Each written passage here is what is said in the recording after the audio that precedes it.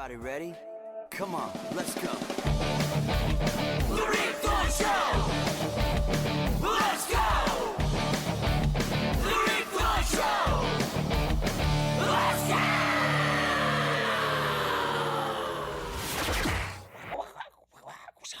I like the little karate stuff you put in there, Jeff. That's cool. Yo, what up? This is Rick Thorne. Welcome to the Rick Thorne Show. How you doing? I hope you're doing good. Thanks a lot for tuning in. If you haven't subscribed, subscribe. Tell your friends. I got an awesome show. I got rad guests. Every week we got someone in here. Music, tattoos, BMX, skate, comedy, all different types of lifestyles. All people doing cool stuff. This week is no exception. I got the one and only badass Mike Davenport from the Ataris in the house. What's up?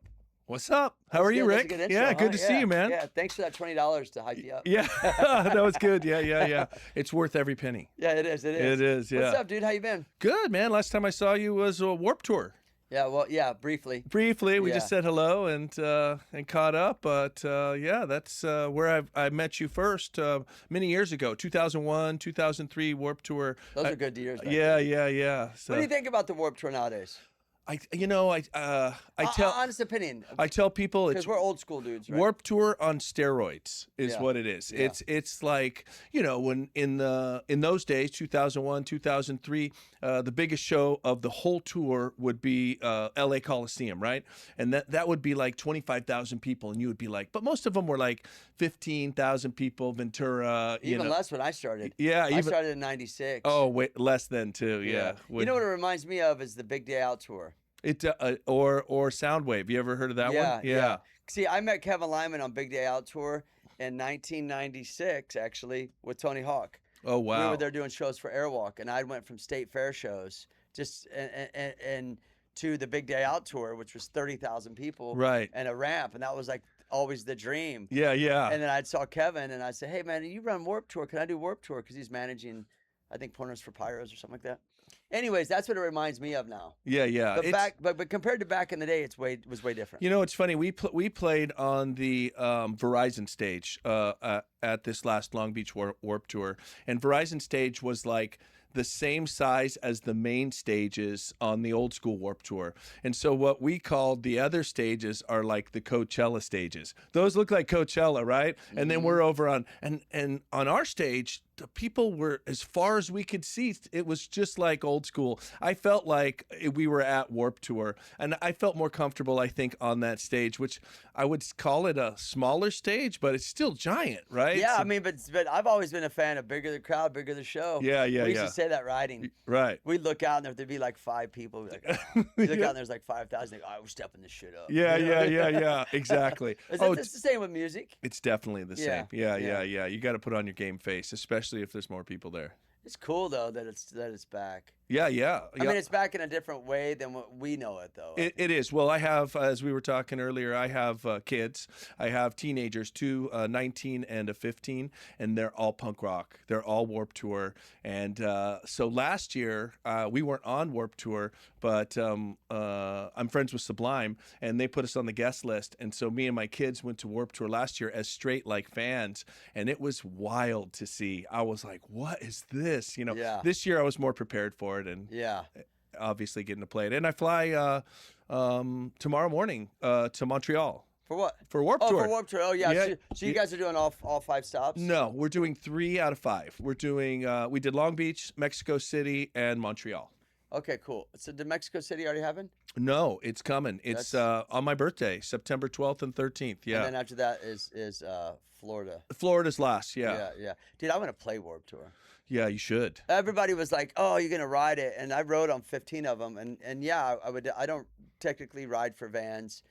I haven't for a while, and so for me, I was like, "Dude, I want to be part of it still, but I want to play it." Yeah, I see no reason why Kevin shouldn't get you out there. Yeah. So it's good that you guys. So let's talk about the Ataris, dude. Like, man, I read something that you guys recorded your first song since 2007. 17 years. Yeah. Our first song in 17 years. So we went through the first 10 years together where we killed it, and Joe Escalante discovered us. And shout out to Joe. Yeah, shout out to Joe. And the Kung Fu, when he had Kung Fu. Kung Fu Records, that's right. I saw you had a little kung fu studio in here, Hapkido. Yeah, yeah. Hapkido. Yeah. Is it next door? Yeah. Oh, wow. Okay. Yeah, I got a brown belt in Hapkido just like Joe. So, is that the same thing Joe took? That same thing? No, he took something else. He took something else, but I saw the Hapkido down the hall there. Oh, cool. Yeah, I didn't know. Jeff knows this is his spot. I just show up and do the podcast. Yeah. It's a nice spot, man. It's pretty cool. Yeah, I like it a lot. So what was that? Let me ask you this, because it had to be hard to not write any music all that time. Was it? You know what I mean? So we were doing different things. I had left the Ataris in 2006 and started my own band called Versus the World, and we were sort of an all-star band. We had Chris Flippin from Lagwagon, Sean Sellers from Good Riddance, playing drums. I had all these different musicians that came in.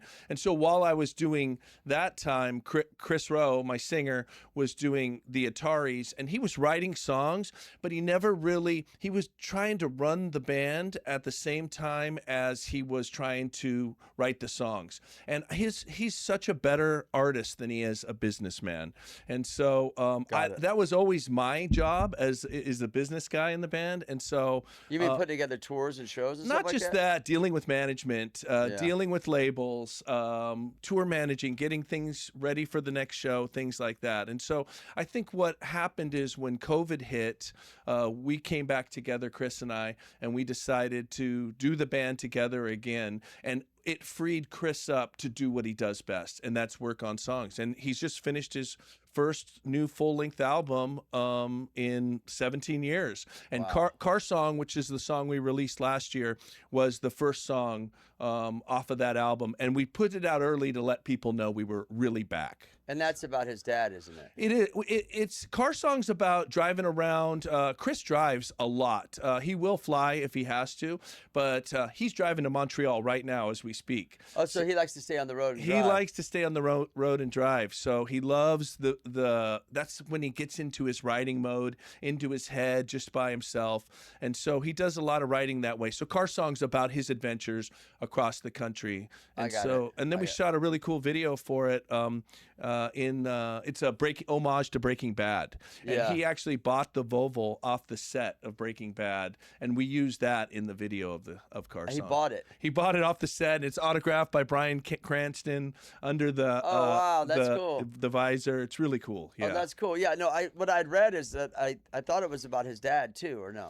Well, his dad, what happened is we dedicated the 7-inch record to the memory of his father, who was the biggest Ataris fan. He was an awesome human being, and he left us too soon. But Chris had him cremated and then sprinkled some of his ashes in a run of vinyl that can't be sold overseas and is outlawed in 8 states. Because of that? Yeah, because of that. So, but in 42 of our states, we were able to sell it. They sold out. Wait. Instantly. So how many states? 42? 42 you can sell it. Yeah. What are the ones you can't? Like Florida's one, I know, which I thought was weird. Florida's kind of a open state anyway. Yeah, I know. Yeah. I'm thinking. Do you know the other ones? No, I don't know. I know it's legal in California and Arizona. So yeah. It's so weird. Like, why would it be illegal? I think that too. I thought it was a great idea. I mean, what a way to memorialize Bill Rowe, he was an amazing person, and always at the side of the stage every time he could, and so proud of his son. You know, it was always good to see his face and how proud he was of Chris. And so, what a great way to do this. I know people have come to me both sides. Oh, that's super cool, or oh, that's super weird. And we don't care what you think. Yeah, yeah. And I always say, I knew Bill, and he would be fucking stoked. Yeah, dude, listen, mark my words on this podcast. I just had this thought. When I die, I want to do a run, put my shit in some monster cans, bro. Yeah. What's up? Limited edition. My ashes are in this can. Bitch. Don't throw the can away. Don't recycle it. Remember, that'll be illegal in 8 states. Yeah. So weird how things, I mean, every state's different, but I think that's cool. I mean, you know, I know that Tony Hawk did some stuff, I think one time with blood in a board or something. Oh And yeah, people were tripping on that, but people are going to trip on everything. they trip on The everything. internet gives a reason for everybody to trip. You know, the cool know what I thing mean? cool thing is we would have cares? people that bought the 7-inch like go to the sign for the entering their town, like, you know, welcome to Indianapolis, and then they'd hold up the 7-inch, and so we would see all these places where Chris's dad ended up being. What do they? Oh, that's cool, bro. Yeah. So what do they think? It's haunted or something? I don't know what people think. I never thought of that. Haunted. That's the first time I've ever heard. Play it backwards. It says some weird shit. Yeah, that's a good idea. You know what I We mean? should have put some messages backwards on that. Yeah. This record's haunted. You This dumb is bitch. for Bill. This is for Bill. Yeah, you remember they used to say that with Sabbath. Play it backwards. Or It says Zeppelin. that Yeah, was it, Zeppelin. Yeah. So funny as a Yeah. kid. You're like trying to play it backwards. Yeah, like what can I hear? It's like, and then some artists, I read a thing about that where they were intentionally doing it a lot just to lean into it. You Yeah, know and what sell I mean? records. Yeah.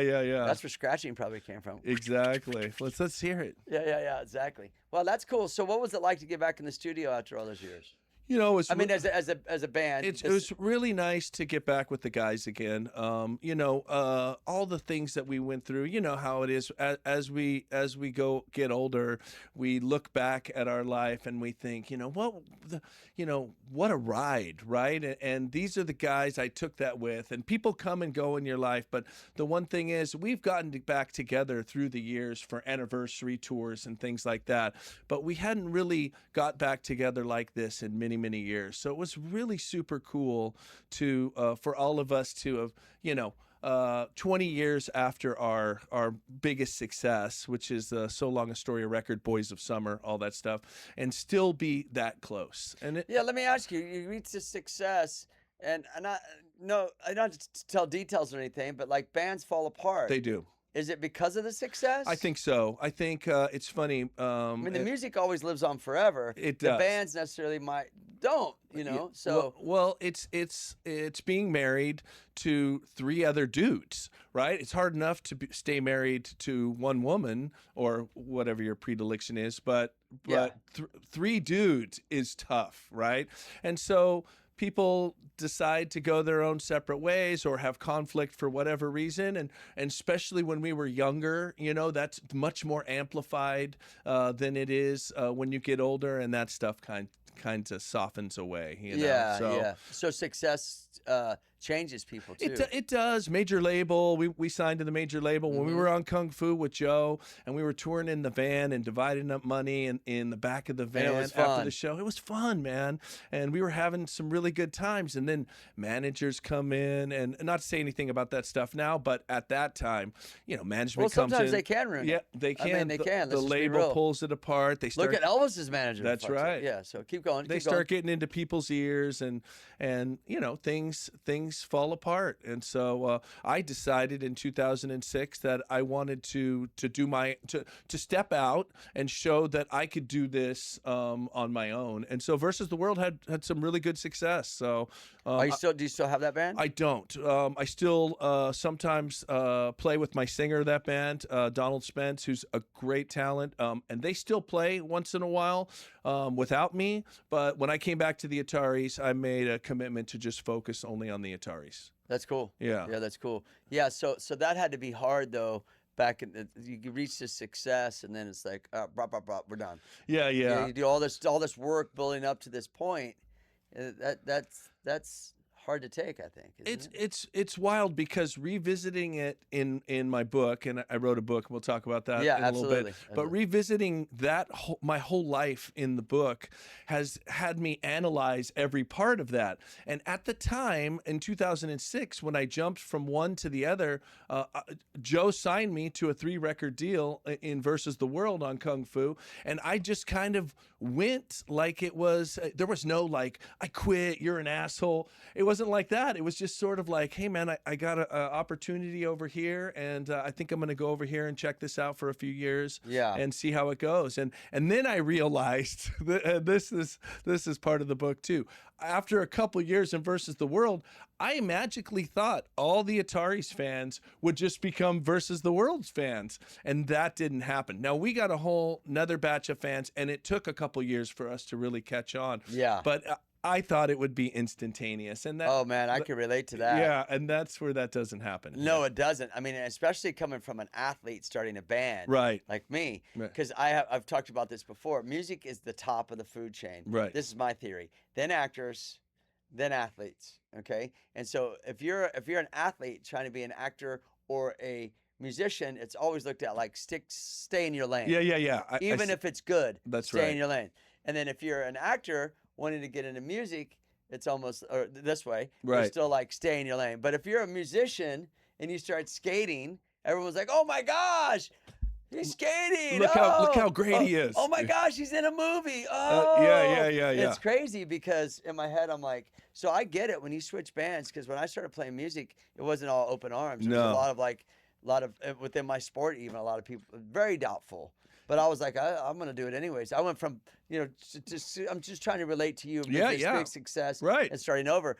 Tony Hawk toured 20,000 people to like 3 people in a room and I'm playing music. That's right. And I had to act like in my mind, there's a bunch of people there. Right. Yeah, I mean, one of the biggest champions of Versus the World in the early days was, we did the 2005 Warped Tour, and I went from playing the main stage in the Ataris every show to Kevin putting us on these little stages. Like Kevin Ernie Ball and Says, shit, Ernie Kevin said.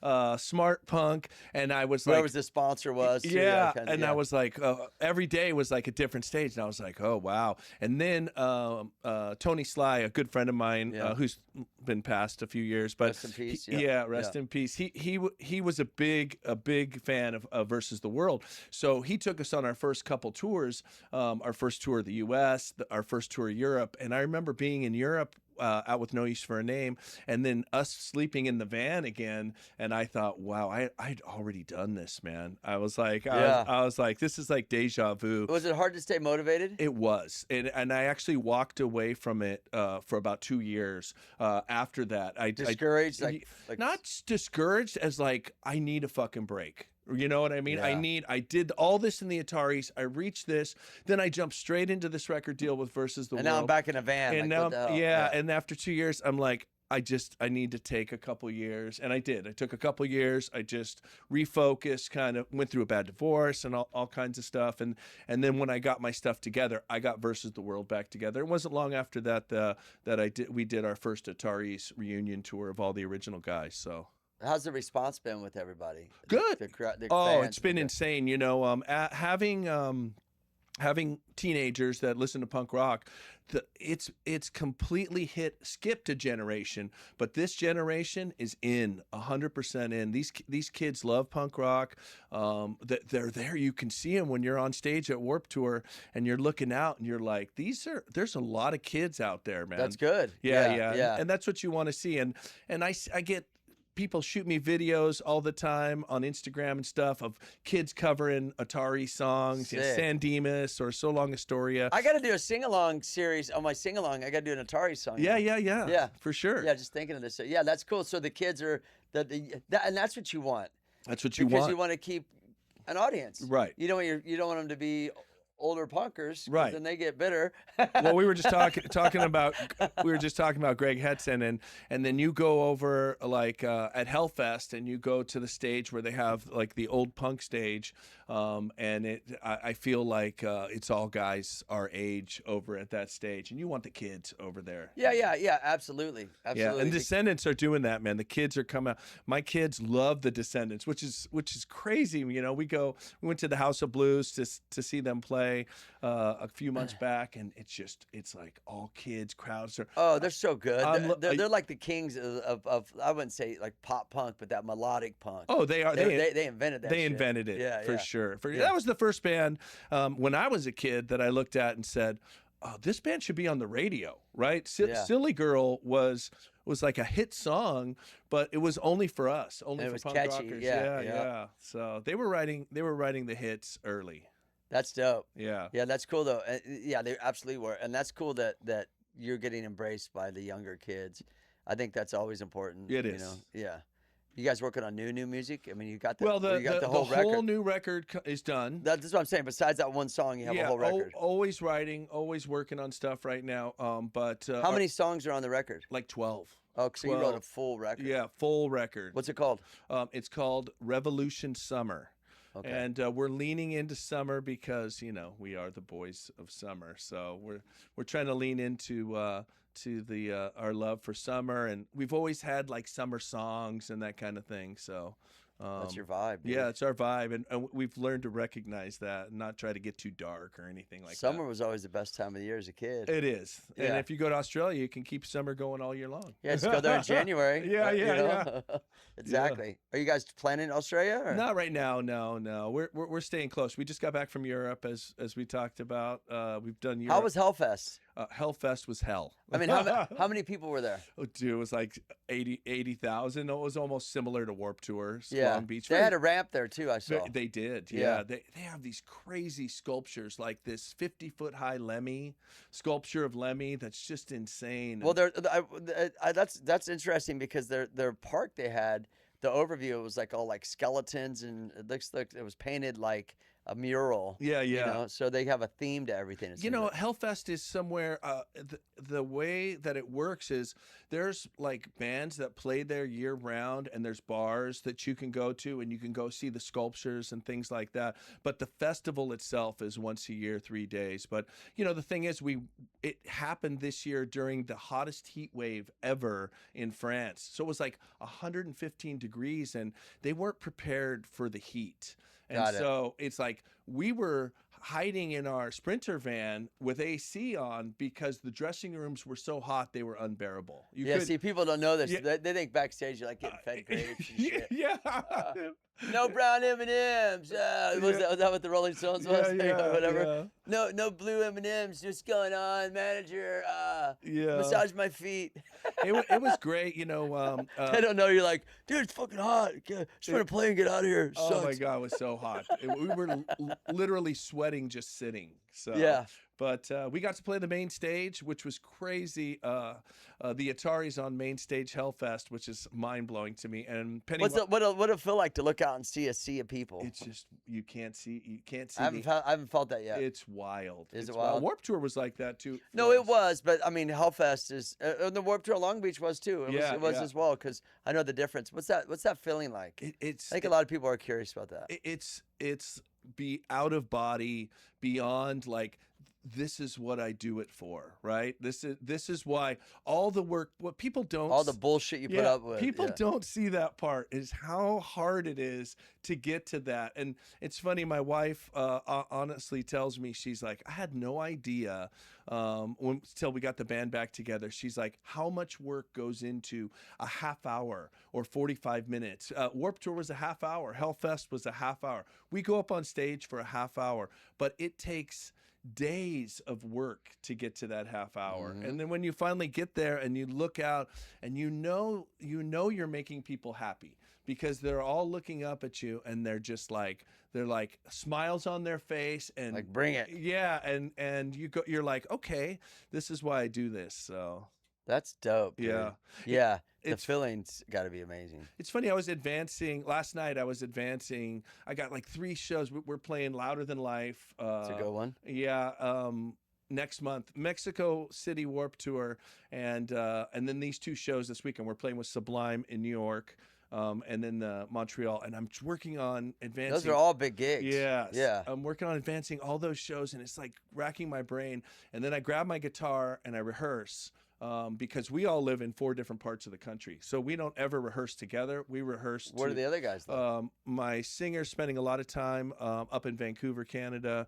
My drummer's got a farm outside of Minneapolis. And my guitar player lives in the village of Warwick outside of New York City. Oh, well, they're all kind of like East Coast. Yeah, they're like spread across. But they're all spread across. Yeah. North. I meant north. Not east, but north. Yeah, they're all north. Yeah. Yeah, so we don't rehearse. We just I rehearse to videos of us, and then we show up and we rock. Yeah, So, you don't. But the thing is that you don't nowadays. You could do that. we can. Yeah. I think a lot of bands do that. Yeah, I think Because so too. they live in different spots and they get older and they, you know, they're not like 15 in the garage Yeah, anymore. yeah, where we're practicing all the time. Yeah. Yeah, see, I missed that part. I do too. Yeah, no, Yeah. no, I missed it. Like I didn't. I Oh, you started. missed it. Yeah, Oh, because yeah. I got good as a biker, and then said okay, and then into TV and all these other things, and said I'm sick of. This is another way to express myself. I always wanted to be in a band. It was on my checklist. Let's go. Right. And so I never had to like, oh, let's just learn how to play our instruments in the garage. It was just like, oh, you're a pro biker. I'm going to be in your band because you can get me a free guitar. Yeah, Or you yeah. can get me on the road. Or I could go on Warped Tour and then leave you and go to another band. That happened to me. Right. I do all the work, set everything up, the RV, get out there, we drive, and the dude's like, hey, I'm going to stay. Huh? Well, we only did 3 weeks, and this band wants me to play with them. I'm going to stay on tour. Yeah. Oh, wow. I put up with a bunch of BS. And in my head, I thought music was like, all right, man, we're going to do this, rah, rah, rah. 'Cause Yeah, that's yeah. how we were as bikers. Right. And in my head, I'm like, not when you have a success and you get into something else. So I missed that whole, you probably had that youth age of playing in the garage, having a little band. That We kind of did thing. for sure. I didn't have that. Yeah, even the beginning of the Ataris, where even though we came together after my singer had already been signed to a record deal by Joe. Joe discovered him in Indiana, but demo tape, and it was him and a drum machine, and playing all the songs. And Joe's like, "Come to California.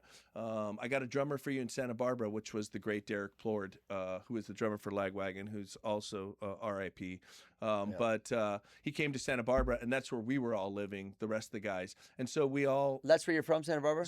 I'm from Santa Maria, California. Oh, cool. And then moved to Santa Barbara to go to college and stayed there. Got But it. that's where the Ataris got together, was Santa Barbara. So Cool, not a bad spot. it was a good spot. Yeah, yeah. Santa Barbara. And in the 90s, Santa Barbara was like this killer. It was like State Street had all these rock clubs, and so bands from all genres, Snot and Toad the Wet Sprocket, Dishwalla, Ugly Kid Joe, and then Ugly Kid Joe, I haven't heard that name in a while. yeah, punk bands like Nerf Herder, the Mad Caddies, the Ataris. So it had a scene. We were all like, it's like this little Seattle thing where we were all like competing and then all friends together. So All those bands were from there? yeah, all those were all from from Santa Barbara at the same time. What?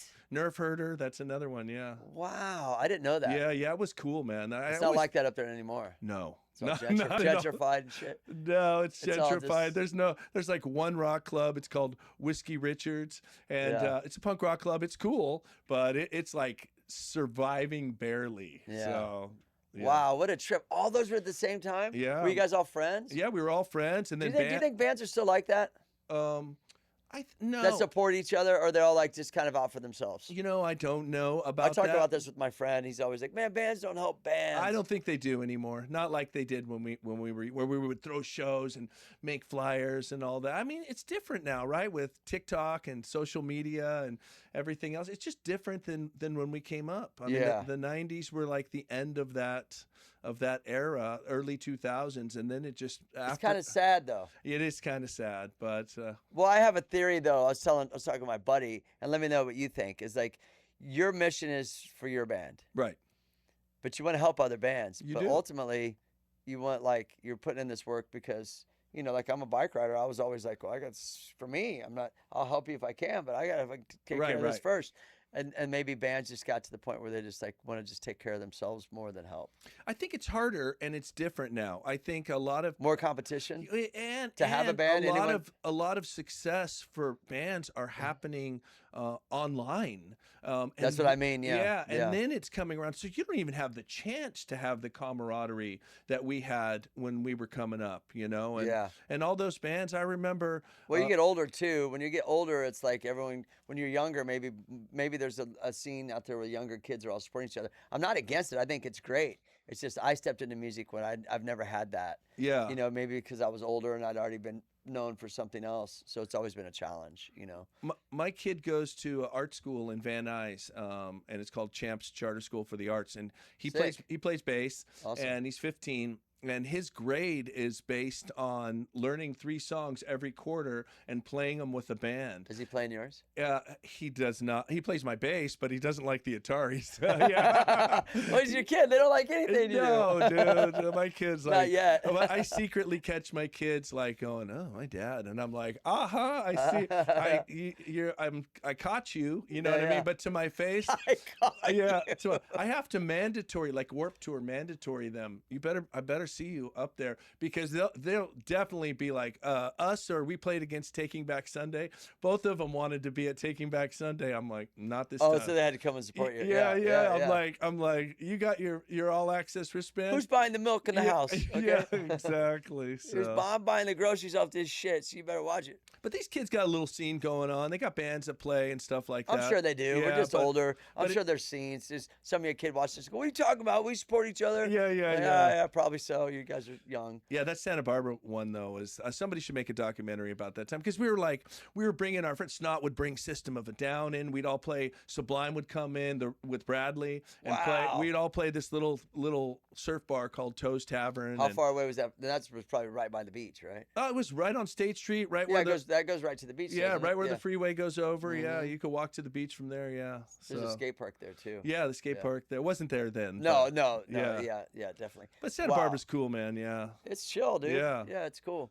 It reminds me when you're talking like that. Reminds me, you said Seattle, but also reminds me of the DC scene. Exactly. Because I remember I wrote Discord a letter and I said, "Dear Ian." I was a kid. Yeah. Well, I wasn't a kid. I must have been like 18. But I guess still a kid, kind of. And I was like, I think it's cool how you guys all switch band members.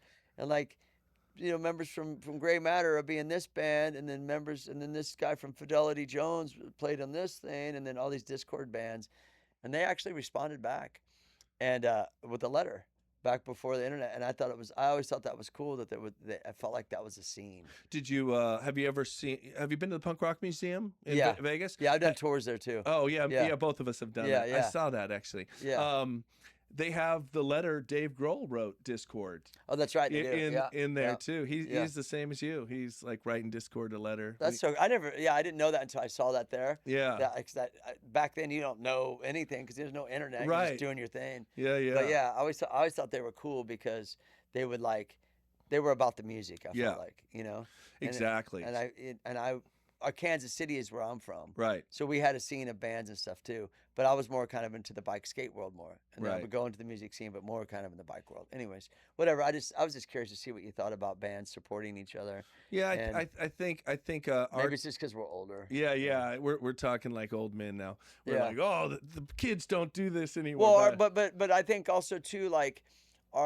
They don't do this. But we used to walk to school barefoot. Yeah. But maybe we'd already done that, and like you want to keep advancing, and so you don't want to paddle backwards, right? Yeah. So maybe that's what you were talking about when you got in the van. Yeah. After working to this level of success and being like, damn, I feel like I'm paddling backwards. Yeah. Did you feel that?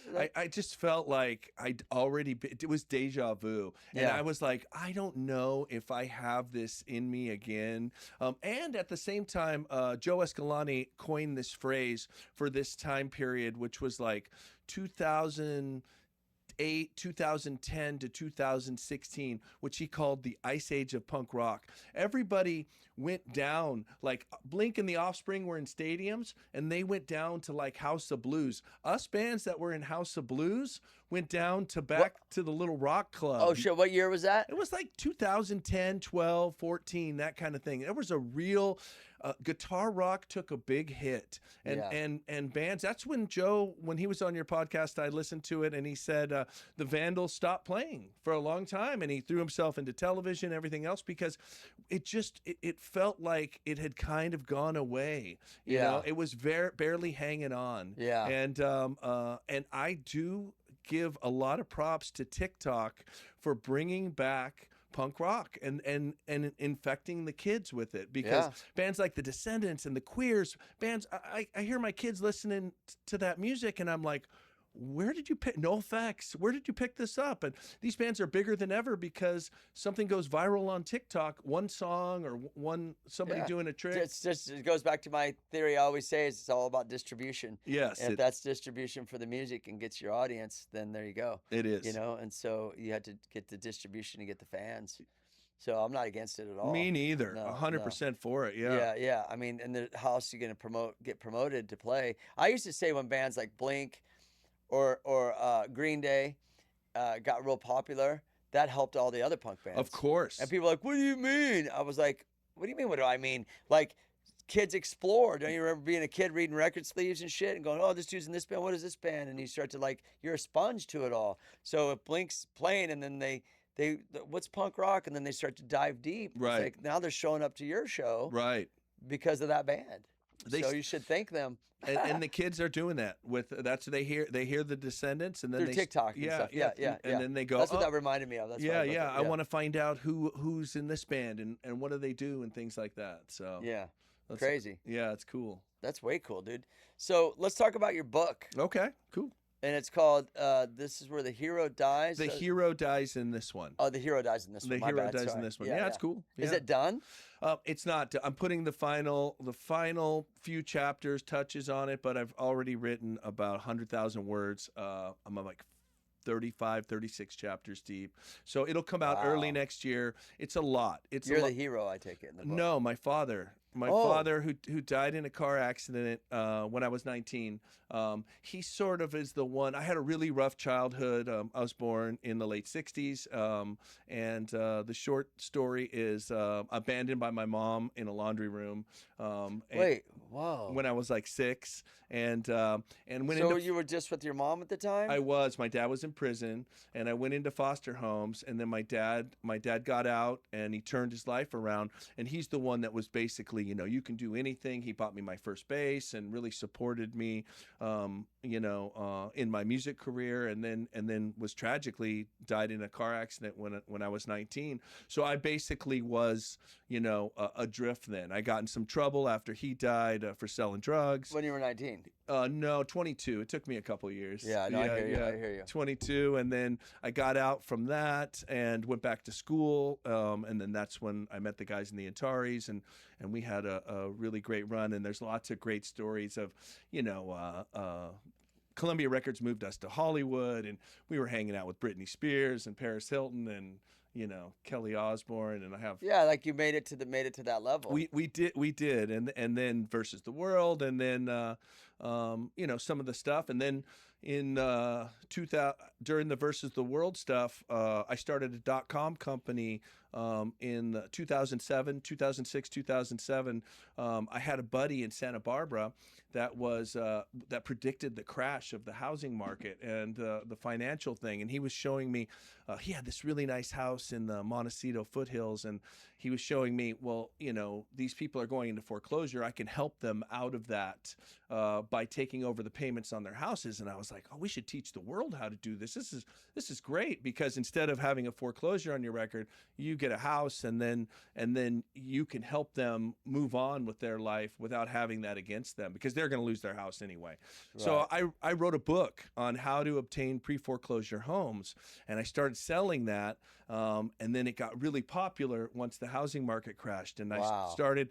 The business went from me and 2 guys. I had 3 offices. I had like 100 employees, 5 departments, and I was still. You had 100 employees? I did, yeah. What, from the book? From selling the book online. But what happened is we stumbled across Craigslist, and what we did was we advertised the book on Craigslist. And so we did it in kind of a bait and switchy way, which is sort of like a car company does, which I will take responsibility for. We got greedy. I got greedy. Well, okay, wait. So and you just said a bunch of stuff. I'm going to back up on of the other stuff, but tell me about the greedy thing. Well, I got greedy. What do you mean bait and switch? What do you mean? Bait and switch means we would put an ad on Craigslist that said in the rental section of houses, 3-bedroom, 2-bath house, $1,500 a month. And then the phone would ring, and my salespeople would go, that's an example of a home you can get if you buy this book, which is all true, but that's bait and switch. Now, that's not illegal in California. People do it all the time with car lots and things like that. But in the Southern District of Illinois, it was illegal to do that kind of advertising. I sold 26 books in the Southern District of Illinois. So in 2016, the feds did a Wolf of Wall Street thing where they came in and raided my office. Yeah. Whoa, really? Yeah, but by that time, I had been a company 10 years. I had grossed over those 10 years, $27 million. What? Yeah, over the 10 years, and, paid all these employees, all these offices. I had lawyers on retainer. I checked everything with them, and they told me the whole time, "Oh, you're not doing anything wrong." I always wanted to know, am I doing anything wrong? Is this right? I did my taxes. I was upstanding. Wow. But then one day Did they take all the money? they took what I had, which was 1.2 million in the bank. They took that. Yeah. They took it. They took it. Yeah. What are they going to do with it? Well, See what I'm saying? yeah. You took it for who? Then you just stole it, right? I mean, technically. I think they spent a lot more on the investigation. I know, but let's just be real. Yeah, like, yeah. where does that shit go? Where does it go? Yeah. You know what I mean? I don't have it. I'll tell you that. People always ask me now. It's funny. Where'd you bury the money? No, it's like the videos where it's got the guy with the shotgun on his property with the cigar. Yeah, good job. Yeah. Pull. Yeah, Let's yeah. get the filet mignons, Tony. Exactly. Good bust. Exactly. You know what I'm saying? Like, that's crazy. What a crazy story. It is. Were you afraid of going to jail again? I was sort of in a daze. I don't think I was afraid. I think that's a weird way to put it, afraid. Number one is I went to federal prison camp, which for 2 years. And When you got caught the first time? No, this second time. The first time was I never left county jail for selling drugs. And how long were you in there 6 for? months. Okay. 6 months. And Okay. I did 6 months in the tanks in county jail as a 22-year-old. It was pretty rough, and I learned a lot of things in there that prepared me. But, I was 22. The second time I went to prison, I was 50. And so you're kind of in this, it's in feds and the state are two different things. And so I'm going in, they tell me, it took me 2.5 years to negotiate what was going to exactly happen to me. I didn't have any restitution because I gave refunds to anybody that didn't like my book. So the judge said, you don't have any victims, you don't owe anyone money, but this bait and switch is against the law, and this amount of money these are the statutes, so you're going to have to go to prison for 7 years, is what they told me.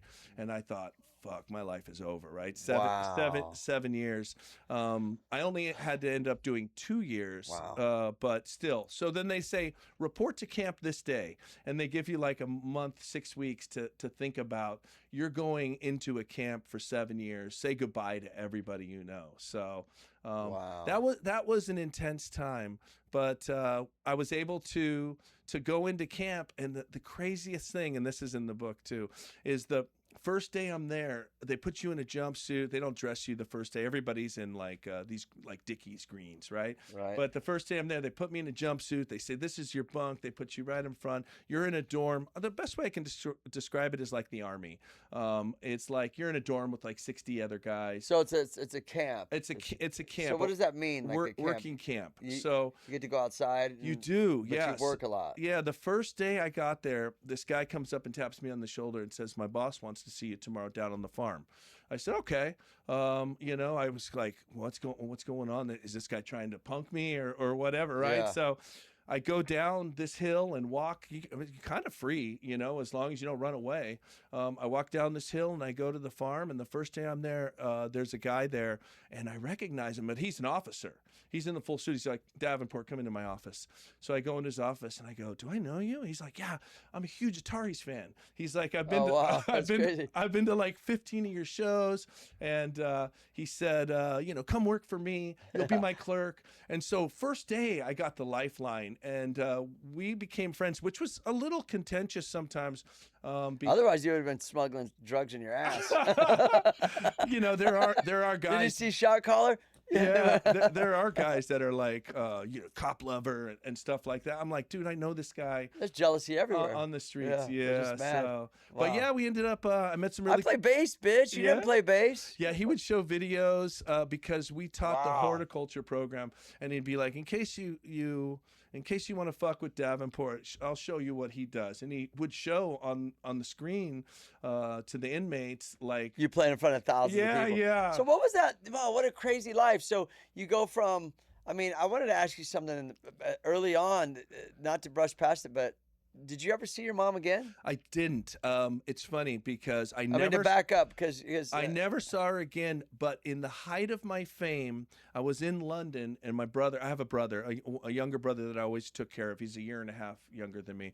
And my brother called me, and he said, guess who called me? I'm like, who? I'm in London getting ready to places, like in the mid-2000s. And he's like, Mom. I'm all, our stepmom? I haven't heard from her in a while or whatever. And he's like, no, our real mom. I was like, don't fucking go there. She saw you on MTV, and I was like, nah. I was like, you know, she doesn't exist to me, because this is how I've become the person I am. I get it. And I get it. Trust me, I get it. And I pushed it off. He actually went to see her, and spun him out for the rest of his life. He's still spun. Yeah. And I don't know if that's. You mean spun on like what could have been. I think wasn't. I think what it did is it sent him off the deep end mentally, and he was younger than I was when all that went down, and was never quite as like mature. I was like I didn't play with little with toys, or I always bought records and things like that. I wasn't never felt like I had a childhood, like I could be a little kid, and he was more the little kid, and I think seeing her sent him on this spiral of addiction. It happened almost immediately, and he's still struggling with it. Oh, So, wow. Sorry. Yeah. yeah. I mean, that's part of life, right? We know people like that, and Yeah. I mean, sometimes confronting things for closure could backfire, I suppose. It can. You know? Yeah. I mean, I had a similar, my dad left, and then I tracked him down when I was 34. It was really more for my sister, because she had, you know, the father-daughter relationship, and the father-son too, but the father-daughter is different. Right. And she needed that. And so long story short, yeah, he never really cared about me. I got closure. Right. I wasn't mad anymore. I was like, cool, I get it. Like, I understand, you know, we're good. Right. But I did write a song called The Dad I Never Had. Oh, yeah. Yeah, so I used it as material for my own therapy, you know, but yeah, I could see how things could backfire. If you put your mind there and you can't get past something, it's tough. And sometimes it's better just to leave it alone, I guess. It is. You think? I think so. I think for me, my mind was made Is that up. how you were? Like, I'm done. Well, I was like, you show up now, maybe show up when I was in jail in my 20s, or maybe show up another time. Don't show up when you see me on MTV. Success. Yeah, that freaks me out. And then after I spoke to him, after he came back from the trip, I said, well, what did you want? You know? And he's like, oh, she wanted some money. I was like, fuck. Oh, you know what my biological father wanted? He says, I adopted 2 kids from Russia. Oh, one of them wants to be an actress. One of them wants to be a musician. You know Travis Barker, right? Wow. Oh, yeah. Yeah. And I was like, where were you when we were collecting cans on the side of the freeway? Exactly. To get out of an apartment to rent a house. Yeah. Do you know what I mean? Yeah, well. And like that part of me was like, oh, some of my friends like, you ain't over it. I'm like, no, I'm over it. I'm just being real. What do you want me to I can't sugarcoat what happened. Like, so that's the part where it makes you go like, I got mad, and then I had to let it go. Yeah. You I mean, know? I'm a really forgiving person. But with that one, it was like, you can't abandon me at 6 in a laundry room. Literally, we huddled there until CPS came and picked us up. You and your brother. Me and my brother for 4 or 5 days. I was taking care of him, trying to feed him. And, Wow. And then show up when you see me on MTV in my 30s. You know what I mean? Yeah, that's yeah. I'm just like, I can't do this. I'm really sorry, but this isn't. Yeah. I'm not going to engage. So Yeah. I never did, and then I never heard from her again. So Yeah, well, I mean, you know, hey, you got to keep it moving, and that's kind of my theory about it. And I did get an email from my biological father, and he said, because we talked for a minute, and he goes, one year he hit me up, he said, happy birthday from the dad you never had. Oh, wow. And I'm like, oh, he heard the song. Yeah. This goes out to the dad I never had. That's good. Well, at least. Oh, it's a good one. It's a good one. But, you know, I use things, I've always been an expression. I use things to express myself. Right. And to kind of help me get through things. So, you know, maybe in the case with your brother, you know, if you don't have that creative outlet, it could mess with your head, you know, and you're not physically getting it out. You know what I mean? Right. You know? Yeah, I just think that for him, I think it just triggered something that was there. Yeah. And he had a wife and a job and a couple of kids, and he just within 6 months walked away from it all. Just spun out into the ether. And you know, yeah, man, I'm sorry to hear that. And I don't mean to be disrespectful when I say this, but you can't let anybody get in the way of your own living. even if that in that situation, because this is your life, Yeah. right? And so you got to keep moving, and things aren't always going to be the way you want them, but don't throw your own stuff away. So hopefully he finds peace with that, you know? Yeah, I always try to tell him in camp I learned transcendental meditation. There were some cool cats in there. Wait, you learned what? Transcendental meditation. What is that? It's meditation from India, and it's where you for like 20 minutes twice a day, you have a word that is your, it's like your mantra, right? Yeah. And so you chant that over and over. And I add a couple things to my word. cool. You can never tell your word to anyone else. I've never told it to any other human.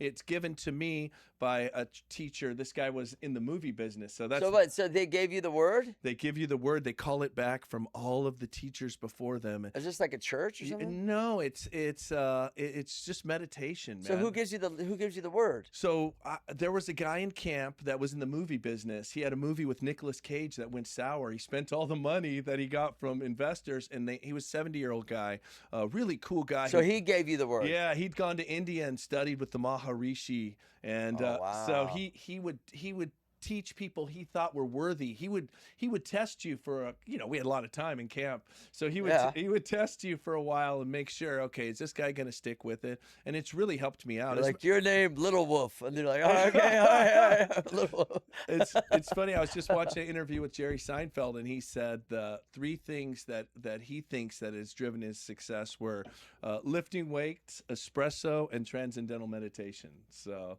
lifting weights, trans and what is it again? Transcendental meditation. Transcendental.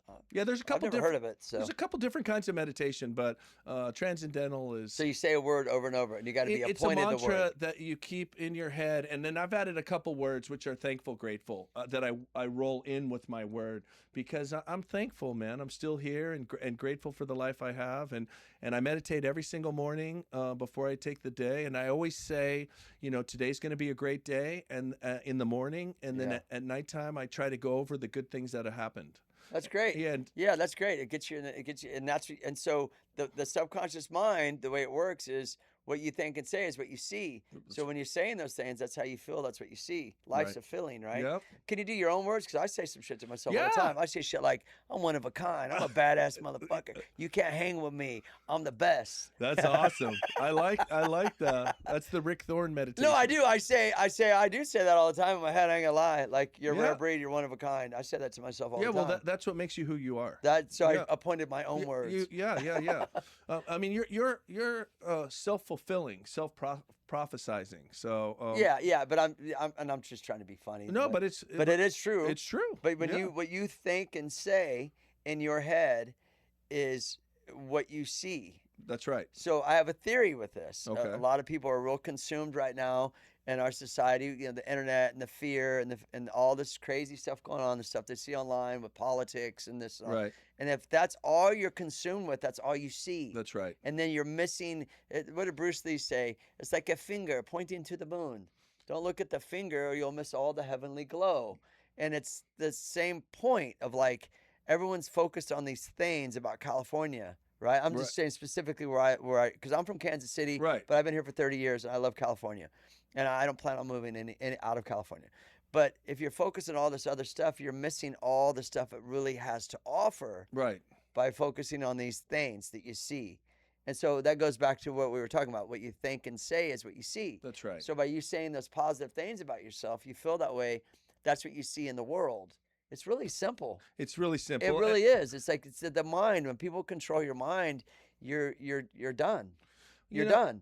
Does that make sense? It does make sense. You got to control your own mind. What people always say too when they're at the end of their life, if you speak to any elderly people that are really old, 80s, 90s, they'll say either they had a great life or they wish they had spent more time with their family, with their friends, that these material things don't matter as much. And so I always try to keep that in mind. There's two things. Are you proud of yourself, of who you are now, if you were your 10-year-old self? And I can honestly say I'm stoked on who I've become if I was to look back at my 10-year-old self. And then the other one is, will you be proud of who you are now when you're 80? And so far I feel pretty good. I feel like I'm on track for that too. Yeah, So, absolutely. and Yeah. I think that's the most important thing. You have to look at your young self and your future self, and then find this happiness in the middle, and find out what's truly makes you happy. And that half hour on stage, that 45 minutes, that truly, I know I'm making people happy. When I take care of my family, my kids, my grandkids, I know that's happiness, you know. And the material shit is. Oh, I have a theory with it too, and I agree with everything you're saying. Having things while you're here, there's nothing wrong with that. Right. There's nothing wrong with trying to make as much money as you can. Don't let it own you. Right. See, I've been in. We used to go into houses, the pools. You know, it was a big thing where there's a lot of pools back in there. Ride pools, abandoned homes, they're getting torn out, whatever. And it's just, and sometimes they're haunted. Right. You know, because people can't let go of possessions. Right. Your spirit, you got to eventually let go at some point. But you're absolutely right. You got to find, life to me is about a feeling and how it makes you feel. If you feel a certain way, you do things to make you feel a certain way. You play music for that feeling. You ride bikes for this feeling. We're doing this right now for this. Everything's about that. Right. So having that positive vibration is super important. Important. You know? Yeah. Yeah. And the material things, though, I'm not one to say like, oh, don't own a house and suffer Right. and be poor because that's what's real. No, but don't let it own you. Right. I guess that's what you're saying. And you know, when I ran my .com company before the feds came in, it was maybe some of the worst times of my life. And it wasn't because of I was making millions of dollars, and it wasn't because of that. It was more because I was caught up in the trying to please all my employees, to please everybody, because I had this juggernaut of a company going, and I didn't know how to get out of it. And I almost felt trapped by it. And I'd lost sight of the small things, what was important. I kept thinking more money, bigger company, more employees, more offices. And, you know, that's not what I needed to do. I needed to focus on what's important. Yeah, you just triggered something by saying that to me. It's good you said that. When my dad left, I had an abandonment issue. Right. And then I would people please because I didn't want people to leave. And then I had a guilt issue. And I've worked through all of those. I don't have any of those anymore. But that's why I was in all these horrible relationships with women, because I didn't want them to leave, and I people please them, and then the self-guilt and all these things. Did you have any of that?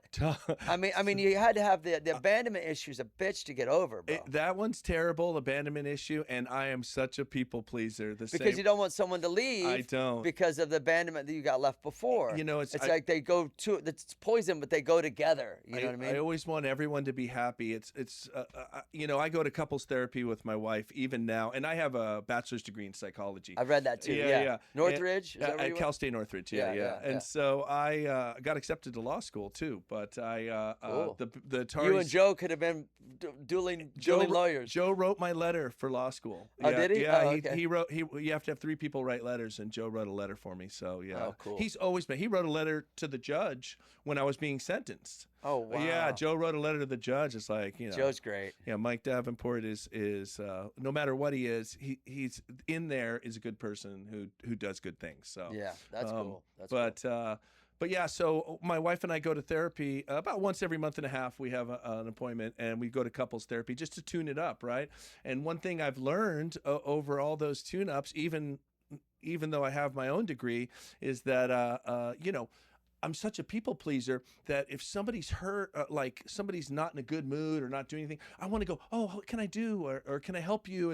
And the key is to lay back and let them figure it out on their own. Yep. And not worry about what they're doing. Worry about yourself. Yeah. You know? No, absolutely. I had that problem with my kids. Yeah. Yeah. Well, I had that problem with every relationship. And then I figured out that, like, if a person people pleases in a relationship, like a man, Right. this is what I think, a man with a woman, it's a sign of weakness, actually. Yeah. Because it's a I think it's like I read this too. It's like a subconscious thing of like, you can't even take care of yourself. Right. How the hell are you going to take care of me?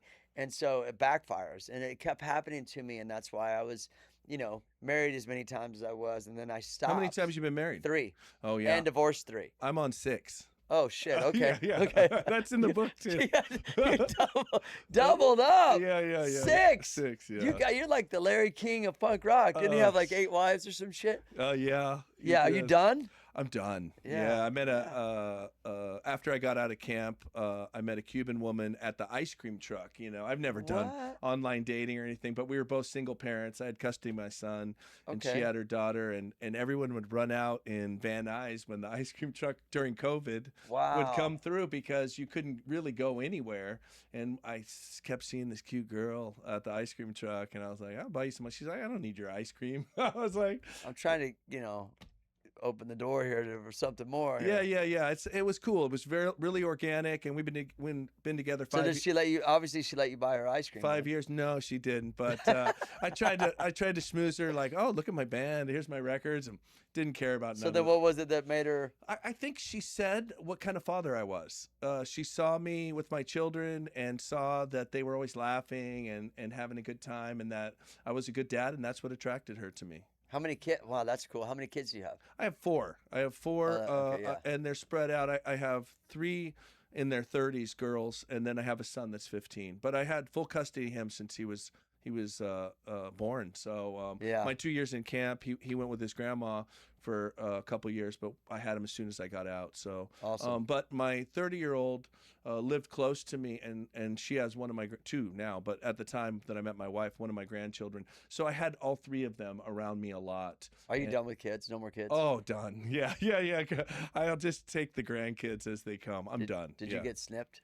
No, I wouldn't do that. No. See, I thought about it, bro, No. but I thought it would like totally detune you. No. Like, look, this is me before snipped. Yo, what's up? Yeah. After snipped. Yeah. What's up with Rick? Oh, Rick got snipped. Yeah. Like, oh. Yeah. I'm not messing with that. Yeah, I feel like, hey, what's up, Rick? Hey, what's up, man? What's wrong with you? No, I'm good. I just got snipped. Took away my personality. Yeah, you never know, right? Yeah, because I like to be hyper. What's up? But then I'm like, dude, I've been single for 14 years. Wow. And I don't go out on dates. I don't I'm just being like, I don't even know how I'm doing it, but I just got into the habit of when I changed mentally, and I did it through a lot of audiobooks, like Napoleon Dynamite, or not Napoleon Dynamite, stupid, Napoleon Hill. Oh, yeah. Yeah, that was pretty funny, though. That was good. Yeah. Maybe Napoleon Dynamite, too. I was watching Napoleon Dynamite, and it fucking changed my life. No, Napoleon Hill. Do you know who that is? Yeah, I do. Yeah.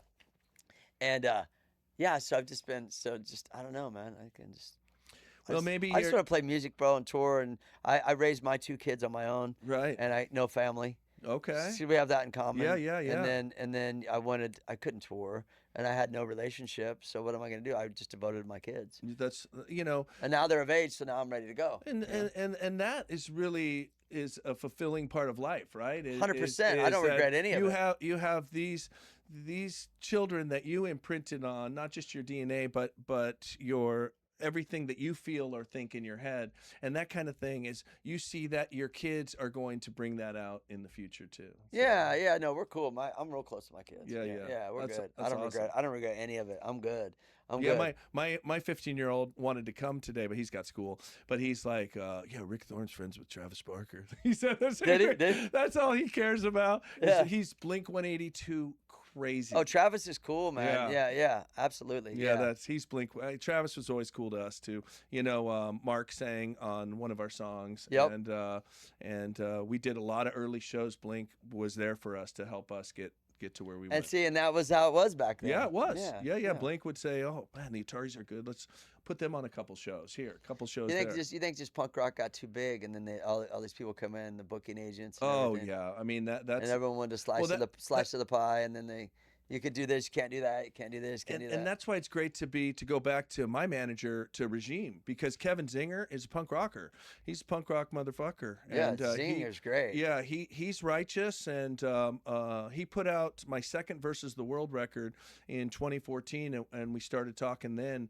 And so when we got the Ataris back together, he was the first guy. I called Joe. I was like, I want in on what you guys are doing over there with Sublime, man. It's Zinger is great. You're great, and Sublime's cool. Yeah. What other bands do they have over there? Over there they have they do the Vandals now. Yep. They do like legacy acts like War. if you remember War. Yep. They do all of those Sunburnt Records bands that like Jacob's Castle, Jacob's Band, and Sublime, you guys. yeah, they do Everlast, House of Pain, some really cool stuff like I could that see too. that because they're like homie. Yeah, I could Yeah, see Homie, that. yeah, Gangster, yeah. Everlast is great. Yeah. Yeah. Whitey Ford, what up? Yeah. Yeah. They do all different kinds. I think that they told me that they're over 100 bands now, and which is wild. I know they're managing the movie for NoFX. I don't know. Obviously NoFX is broken up, but they're still playing music though. Yeah, they are. Yeah, Eric came on the show and I said, "Hey, are you guys like broke up?" And he's like, "From playing, we're still writing music." Right. Yeah. There's and I mean, when can you ever stop writing music? I know you can't. I mean, everything that you've been through. Right. With growing up the way you did, and then getting your bass, and then your dad, raising you, and then going to jail, and then getting out, being in the Ataris, hitting the success, and then getting out of that, then going to jail with the thing, and then back to the Ataris.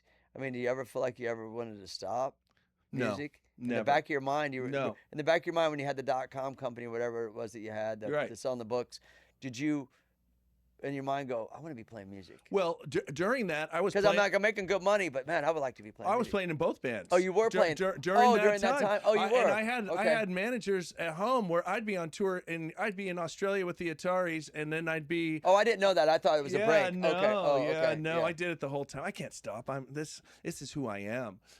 That's my. No matter what bad shit I've done in my life, the thing my gift is to play music and make people happy. That's the passion and the I mean, when I was 5 years old, my only thought was I want to be Paul McCartney.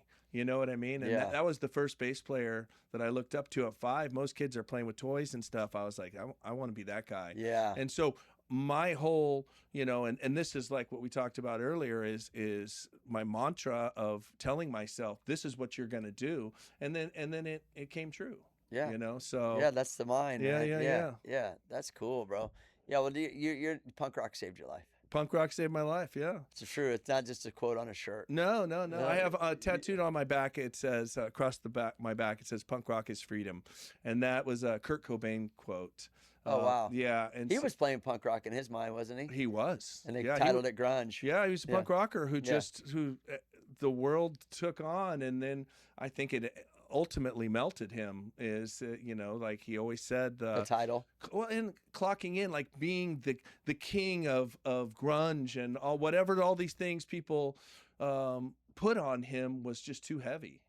So some people can handle it, and some people, like if you look at like Dexter from The Offspring or Billy Joe, they lean into it. You know what I mean? Yeah. And then there's people like Travis, who I don't know if you saw the new documentary, but it's really amazing.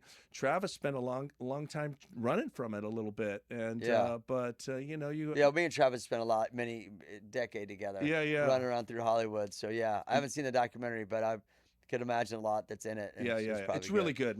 My kids made me watch it. And we got real close when I rode for him. Yeah. We would spend a lot of time together. So yeah. Yeah, it's great. Check it out. Yeah. Yeah, I cried like 3 times, and it's like really. Did you go to the premiere? No. I watched it at home in the privacy of my own home. Eating your own popcorn. Yeah. And by the way, I eat my own popcorn. Oh yeah. Yeah, you got to make your own. Yeah, you got to make your own popcorn. Yeah. Come on now. I was gonna say something, but I can't say it on camera because I might get busted. Cool. So listen, you got anything coming up that we need to know about? We'll be at Warped Tour on Friday. We play Montreal Warped Tour. Saturday we play with Sublime in outside of Syracuse, New York. That's going to be a great show. Is that the Sublime Fest thing they're doing? No, this is just us, Sublime, and Bedouin Sound Clash. We both play Warped Tour on Friday, so we thought we would come down and make a little extra cheddar on Saturday. Yeah, and then fun, dude. And then Mexico City Warped Tour, which is going to be crazy. 110,000 people. You think Long Beach was wild? That one's going to be crazy. Wow. Yeah, I'm kind of, and that's next month. And then we have Louder Than Life in Louisville, Kentucky. We're playing the same day as Iron Maiden. So that's something I want to check out for sure. Dude, yeah. Maiden for sure, bro. Yeah, yeah. And then, a few other gigs. And next year is my book comes out. Hero Dies in this one comes out spring of next year. And then same with the new Ataris record, Revolution Summer. Who's putting the book out? Are you just doing a DIY? No, I got a couple publishers interested right now, trying to figure out which one I want to go to, how much they cut, what kind of a thing, what I can put in, what I can't. So there's some negotiation going on. Yeah, and you got an Instagram. Let this camera know right here. Oh, it's right here. Yeah, that's you. Mike D. Ataris. That's my Instagram, at Mike D. Ataris. And that's got all your info. And what It's you got everything. Yeah, check it all out. Yeah. Mike D. Ataris. Okay, listen, what I was going to say earlier, I thought I was going to get busted is, I make my own popcorn, and I put it in Ziploc bags, and I sneak it in the movie theater. You do? Yeah, with the trench coat. Wow. my kids do. They do. I hope AMC ain't watching this shit. Yeah. No, I do, because I don't want to eat that junk popcorn. Yeah, my kids do the candy. They bring their own candy in. Sorry, but it's my mom calling. She's probably, Rick, quit stealing the pop, quit sneaking the popcorn and that shit. My phone's stupid. Yeah, that's what I was going to say. Yeah. Okay. Yeah, so I confess. All right. Dude, follow Mike right now. Yeah, follow me. And follow the band and buy the book and support. New record, yeah. Yeah, because being in a band's not easy. It's not. No. No. Lots of ups. 30 years this year for us. 30 years, which is crazy. Yeah. That's pretty cool, though. Yeah, we're pretty stoked. Yeah. You know what I told At this point, you're not going anywhere. No. At this point, you're like a staple. Like, you're going to always have a fan base, I think. I think so, too. You've reached that thing. Yeah, you know? I told my kids after Warped Tour was so great in Long Beach. It brought back so many memories, and the show was so amazing. And I walked off stage, and I like to jump up and down a little bit when I play. And I told my kids, if I thought I'd be jumping up and down on the Warped Tour stage at 57 when I was in my 20s, I would have told you you're fucking crazy. But here I am, and dreams come true. They do. Yeah. Dude, I wish I was going to Mexico City with you guys. Come on down. I do have a lot of FOMO.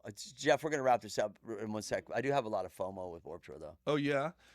Yeah, because I did it for 15 years. Right. And so, yeah, it's a long story, but I wish that I was, hopefully next year. Okay. Yeah, because, when something comes along and you're like, and it was such a huge part of your life. Yeah. Like, that things kind of were molded around that. I have so much of that. Do you understand what I'm saying? Oh, and then you see it popping off, and you're like, oh man. It's you know what I mean? Like someone asked me the other day, yesterday actually, what would you get out of riding at Warped Tour? You've already done it. We clearly don't understand what I would get out of it. Yeah. What I get out of it is just that I'm a performer. You know, I wanna get people into bike riding, get people into punk rock. This is me. Right. And so when you don't have that, and those opportunities don't come around a lot, especially for riding. Right. For riding, they don't.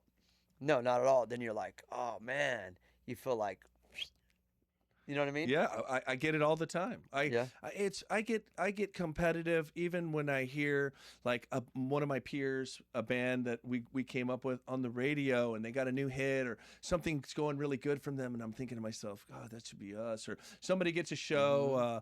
The other one I was telling the kids, it's funny. I called my day-to-day guy at Regime. I got a great day-to-day guy. I know Joe talked about the hierarchy of the managers. There's a lot of them over there. Yeah. But my day-to-day guy Scott is amazing, and I saw that Jimmy Eat World and the format were playing the Hollywood Bowl, and I want that one off my list, especially as a Valley guy.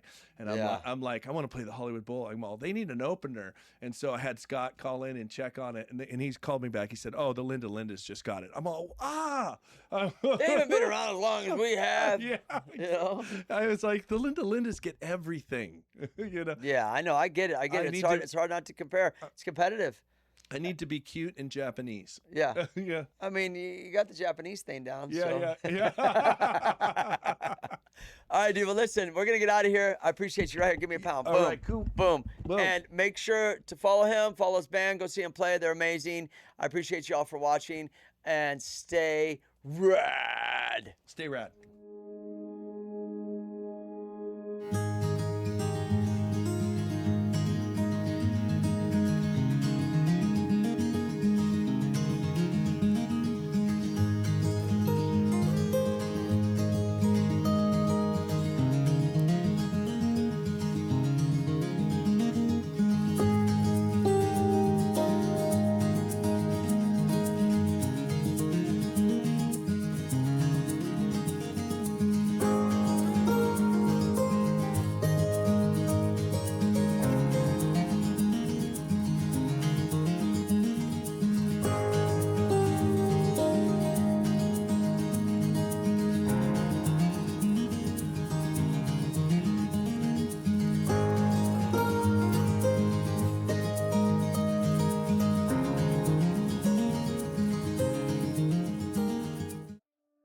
Everybody ready? Come on, let's go.